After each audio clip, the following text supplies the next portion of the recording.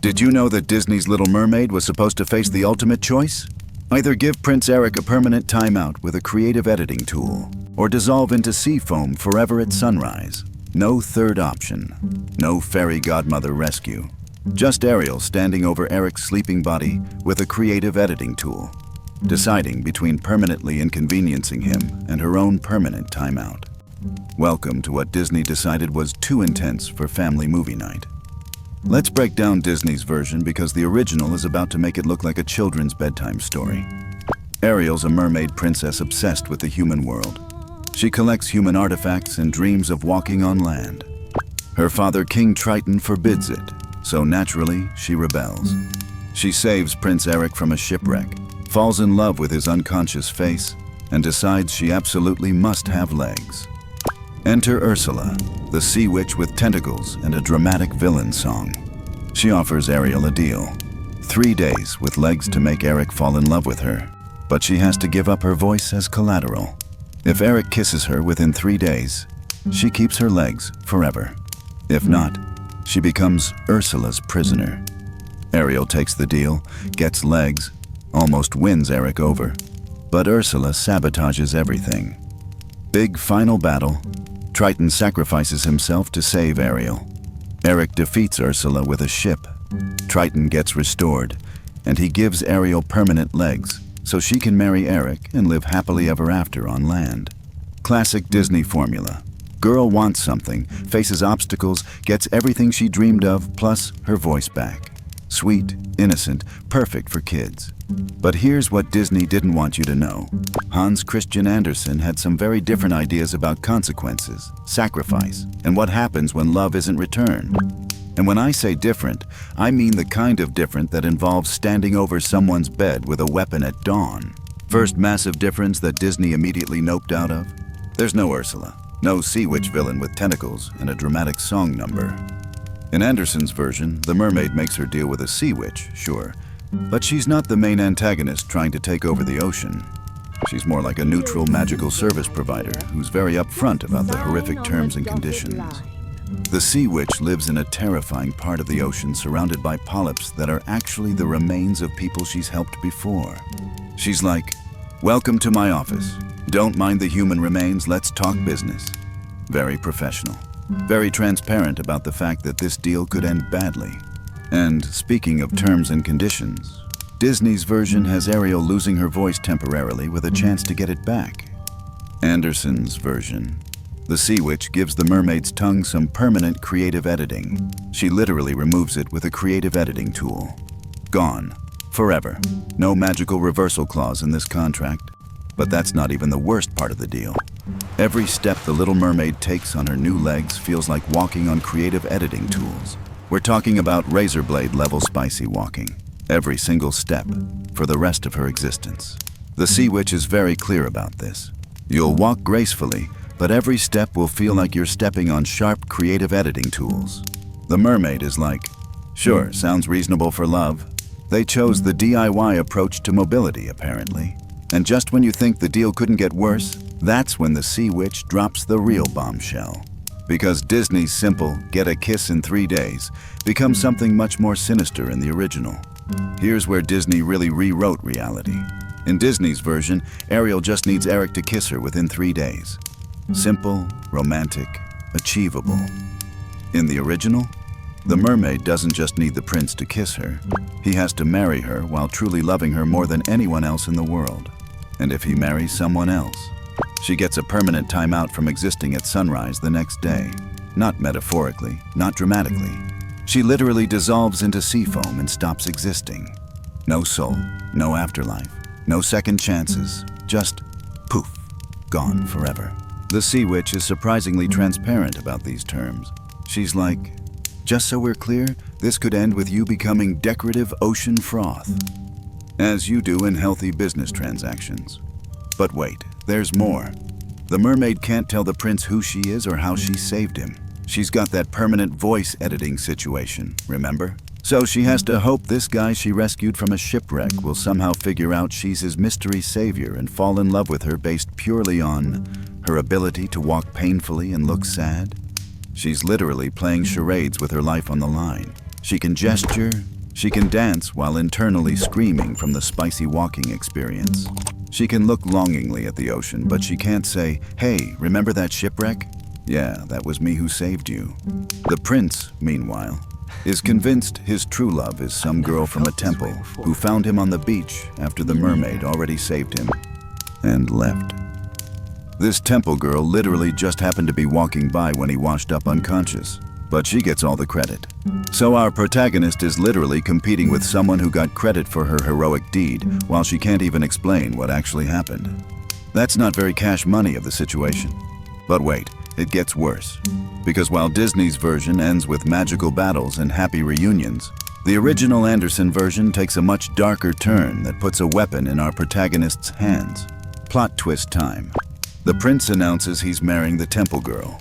The Little Mermaid realizes she's about to become sea foam at sunrise.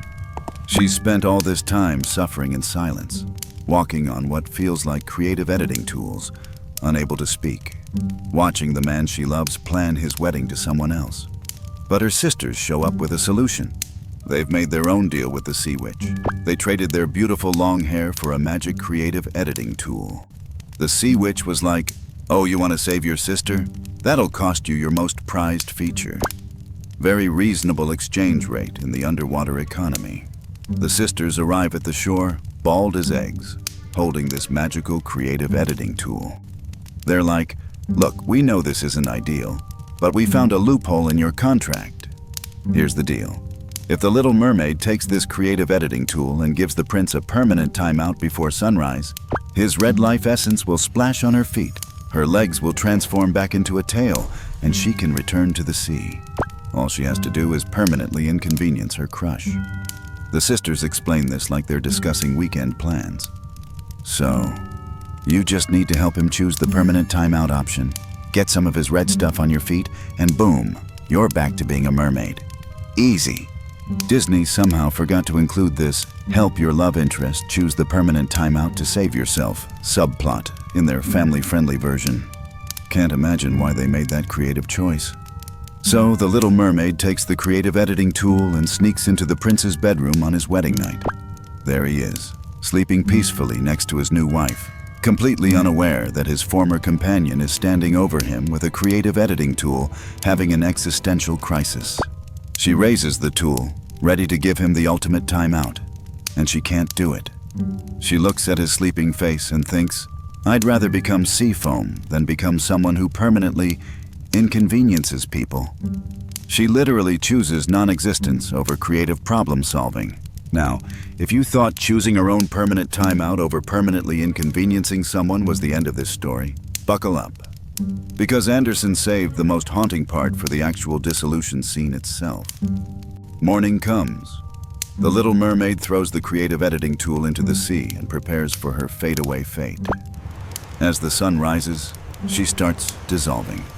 Her body begins turning transparent, becoming sea foam bit by bit.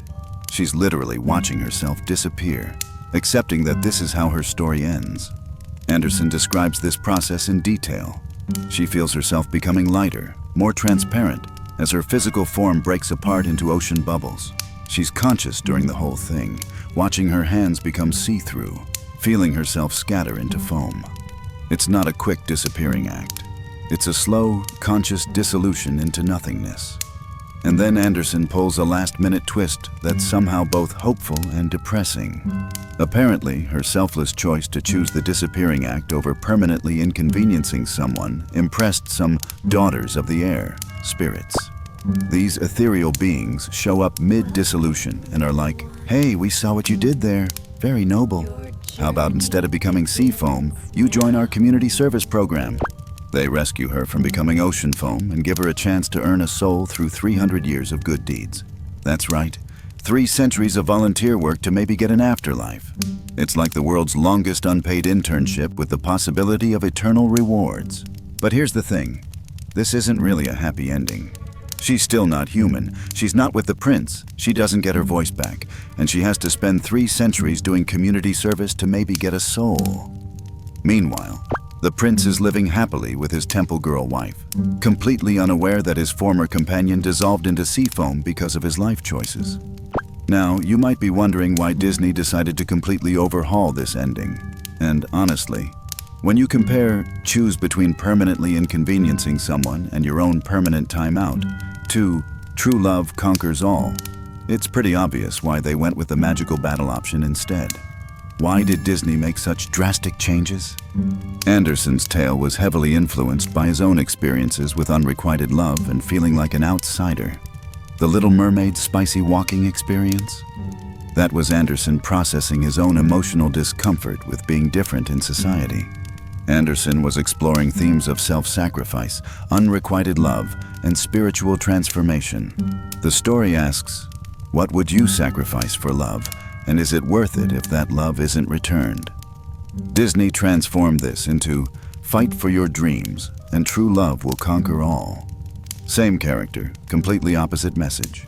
And here's the craziest part about all of this. Even with creative editing tools, dissolution scenes, and 300-year community service sentences, this still isn't the most disturbing fairy tale ending that Disney decided to give some creative editing. But think about this Little Mermaid situation for a minute. Andersen wrote a story about a girl who literally chooses her own permanent timeout over permanently inconveniencing someone. And Disney turned it into girl gets everything she wants because she fights for her dreams. Which version teaches better life lessons? The one where moral choices have permanent consequences, or the one where everything works out perfectly? Here's my first question. If you were the Little Mermaid, standing over Eric's bed with that creative editing tool, could you have done it? Be honest. Would you choose your own survival or stick to your morals knowing it means your own permanent timeout? Second question. Which ending do you prefer? Disney's true love conquers all, or Andersen's moral choices have consequences even when they cost you everything? Because there's something to be said for stories that don't guarantee happy endings. And here's the big one. Do you think kids should learn the sanitized Disney versions? Or should they know that sometimes doing the right thing costs you everything? Because the original version definitely sends a stronger message about the price of moral integrity. The Little Mermaid had to choose between becoming someone who permanently inconveniences people to save herself, or accepting her own permanent timeout to stay true to her values. She chose her values. Disney chose a happy ending. Which choice do you respect more? Let me know what you think in the comments. Are you Team Disney Magic or Team Andersen Consequences? And if you want more fairy tale horror stories, hit that subscribe button because Snow White's original story is going to make this look like a children's book. But wait until you hear what Disney did to Snow White. The original isn't about a magic mirror and 7 dwarfs helping out. It's about a mother trying to consume her daughter's organs and getting creative consequences involving very toasty dancing experiences at a wedding. The queen doesn't fall off a cliff. She gets much more creative punishment. So if you want to see Snow White's disturbing original story, hit subscribe and let me know in the comments which fairy tale you want destroyed next. Thanks for watching.